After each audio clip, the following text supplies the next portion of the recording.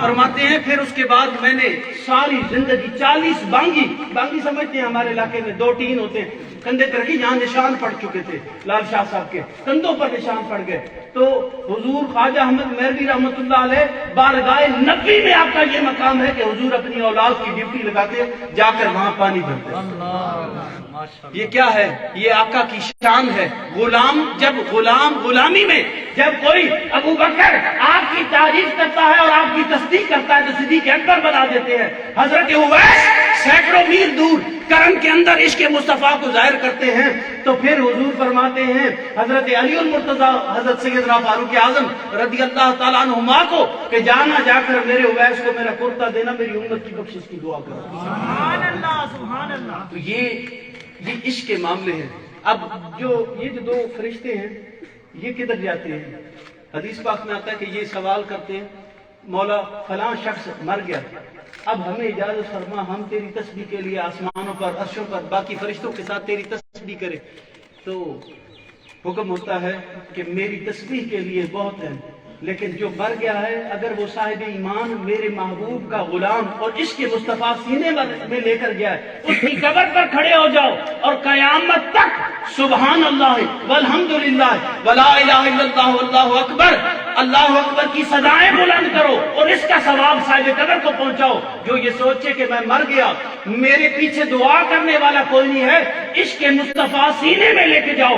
امام الانبیاء نے اپنے غلاموں کے لیے وہاں بھی بندوبست کر رکھا۔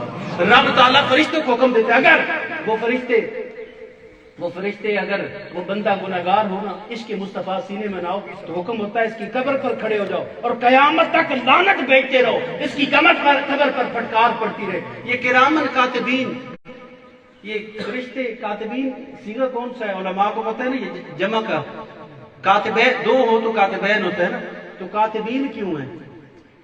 اس لیے فرمایا کہ یہ جو دائنا فرشتہ یہ حاکم ہے، یہ محکوم ہے۔ اگر کوئی حدیث پاک میں آتا ہے، یہ آج ایک بڑے پتہ کی بات آپ کو عرض کرنے لگا ہوں، اگر کوئی گناہگار کسی شخص سے گناہ سرزد ہو جائے، یہ محکوم فرشتہ جو ہے یہ اگر کثرت درود و سلام پڑھنے والا ہوگا، فرمایا 3 دن تک اجازت طلب کرتا ہے حاکم فرشتے سے، دائنے فرشتے سے، اجازت دو اس کا گناہ لکھوں۔ فرشتہ اجازت نہیں دیتا 3 دن تک، کیوں؟ فرمایا التائب من الذنب کمن لا ذنب لہ، توبہ کرنے والا گناہ سے ایسے ہے جیسے گناہ کیا ہی نہیں ہے۔ فرمایا فرشتہ درود و سلام کی کثرت کرنے والے شخص کے گناہ کو لکھنے کی 3 دن تک اجازت نہیں دیتا، اور اگر وہ 3 دن کے اندر توبہ کر لے تو پھر وہ گناہ لکھا ہی نہیں جاتا۔ حضور کے غلاموں پر یہ کتنا بڑا احسان ہے۔ تو فرمایا یہ پھر کیا ہے؟ یہ جو حاکم فرشتہ ہے نا، یہ قبر کے اندر یہ نکیرین کو خبر دیتا ہے۔ کیا خبر دیتا ہے؟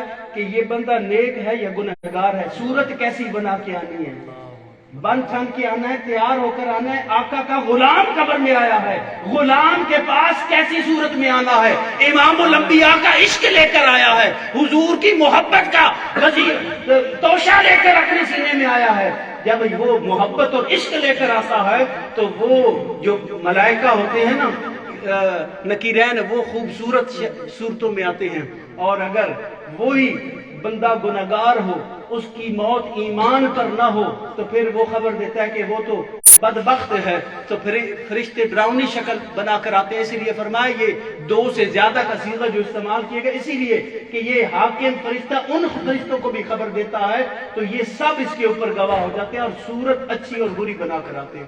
اللہ تعالیٰ ہم سب کی حاضری کو قبول فرمائے، اور اللہ تعالیٰ اپنے حبیب کریم علیہ السلام کا عشق عطا فرمائے، کیونکہ یہ میں نے عرض کیا کہ عاشق کو موت مار نہیں سکتی، عاشق کو موت ملانے کے لیے آتی ہے۔ آج حضور سے محبت کرنی ہوگی، آج حضور کے محبت میں اپنی زندگی بسر کرنی ہوگی، تو پھر کیا فائدہ ہوگا؟ فرمایا قبر کے اندر ہر جگہ آپ کے پروٹوکول کا بندوبست ہو چکا ہے، آپ نہلائے دھلائے جائیں گے، آپ کو آگے رکھا جائے گا، امام سے بھی آگے، قبر میں بھی اتارا جائے گا، وہاں پر امام الانبیاء کی زیارت کرائی جائے گی۔